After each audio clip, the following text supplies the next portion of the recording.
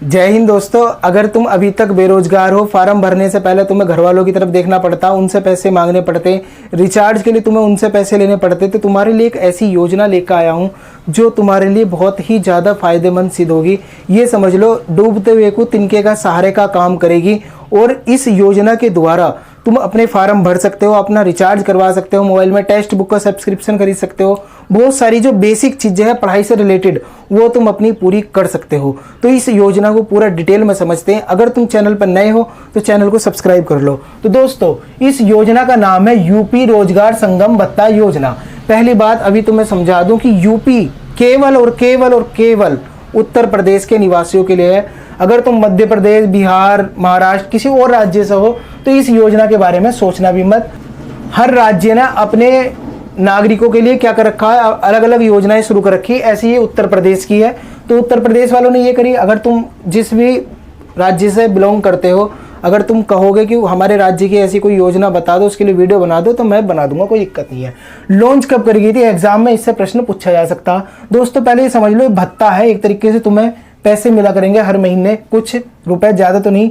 देखो लॉन्च कब करी गई थी, 2023 में ये लॉन्च करी गई थी। इसमें देखो भत्ता कितना मिलेगा, यानी कि पैसे कितने मिला करेंगे तुम्हें। 1000 रुपये से 1500 रुपये प्रति माह। मैंने क्या कहा, ज़्यादा तो नहीं है ये, लेकिन डूबते हुए को तिनके का सहारा बहुत होता। क्योंकि जब हम फार्म भरने जाते तो जब 100-200 रुपये भी घर वालों से लेते, बड़ी अजीब सा लगता कि अभी तक बेरोजगार है और पैसे भी उनसे ले रहे हैं फार्म भरने के लिए। तो इसमें तुम्हें ये सहारे का काम करेगी। पात्रता क्या है, उत्तर प्रदेश का निवासी होना चाहिए।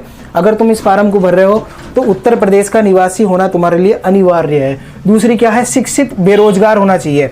ये नहीं कि तुमने कोई पढ़ाई करी नहीं लेकिन फिर भी तुम बेरोजगार हो, तो भाई तुम्हारी गलती वो। लेकिन अगर तुमने पढ़ाई कर रखी है और फिर भी तुम बेरोजगार हो तो इस योजना का फायदा तुम 101% उठा सकते हो।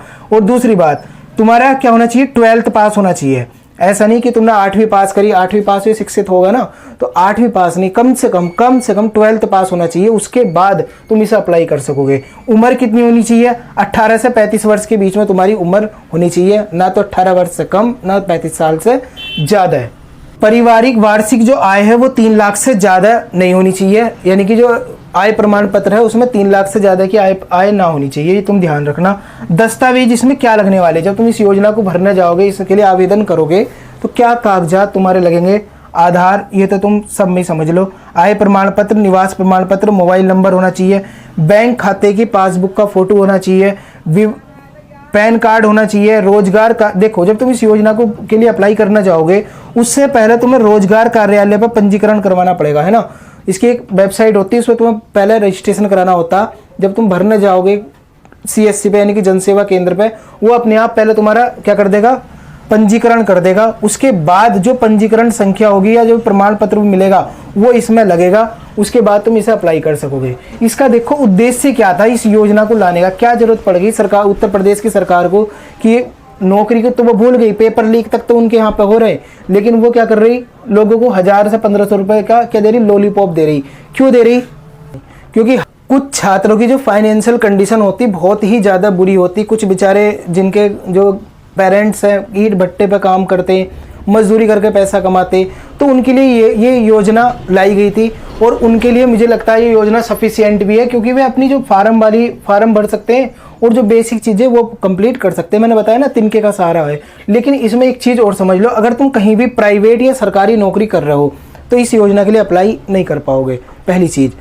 दूसरी बात, अगर तुम नौकरी जब करने लगोगे, अभी तुमने जैसा ये कर लिया, तुम इस योजना का फ़ायदा उठा रहे हो, इसके बाद तुम्हारी जॉब लग जाती या कहीं भी प्राइवेट सेक्टर हो चाहे सरकारी गवर्नमेंट हो, कहीं भी तुम्हारी जॉब लग जाती तो इसमें तुम्हें ये 1000 रुपये मिलने बंद हो जाएंगे। इस चीज़ का तुम याद रखना, कभी फिर बाद में बताओ कि बोलना नहीं था।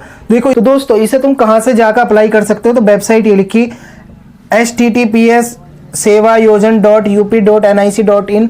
इसका मैं लिंक तुम्हें डिस्क्रिप्शन बॉक्स में दे दूंगा, वहां से भी जाकर अप्लाई कर सकते हो। और यहाँ से भी तुम इसका स्क्रीनशॉट लेकर कर सकते हो, अपना गूगल पर टाइप कर सकते हो। तो दोस्तों ये थी योजना, कैसी लगी, अगर पसंद आई हो तो लाइक करना। मिलते हैं फिर नेक्स्ट लेक्चर में, तब तक के लिए थैंक्स अ लॉट, जय हिंद।